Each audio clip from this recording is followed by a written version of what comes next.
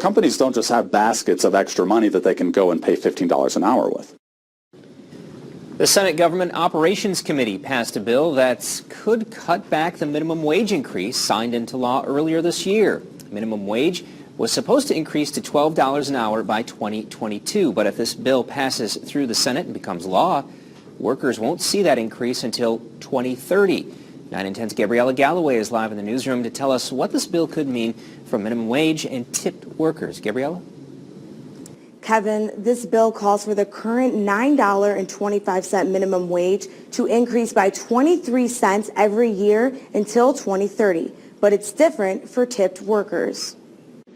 Working is good. We have to pay for college. Stephanie Newton has been a bartender for almost 5 years now. The current hourly wage for bartenders is $3.52.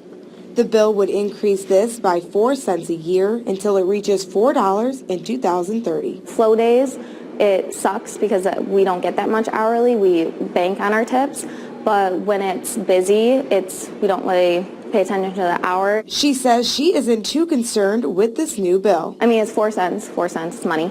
But I guess it's like, for me, it's not that big a problem. However, the Petoskey Regional Chamber of Commerce says they're keeping an eye on this part of the bill. That's one that we're following kind of closely, and would like to really see that stricken from the bill because we think it gives employers more flexibility and also employees in tipped wage jobs the ability to maybe earn more money as tipped earners. An associate economics professor from Ferris State says he doesn't see any concerns with this bill. I'm more of an advocate of the free market where each company can kind of discover on its own, negotiate with its workers on their own. He says every business is different and the government shouldn't enforce an overall required wage. In this case, we're imposing price of labor that's too high on businesses.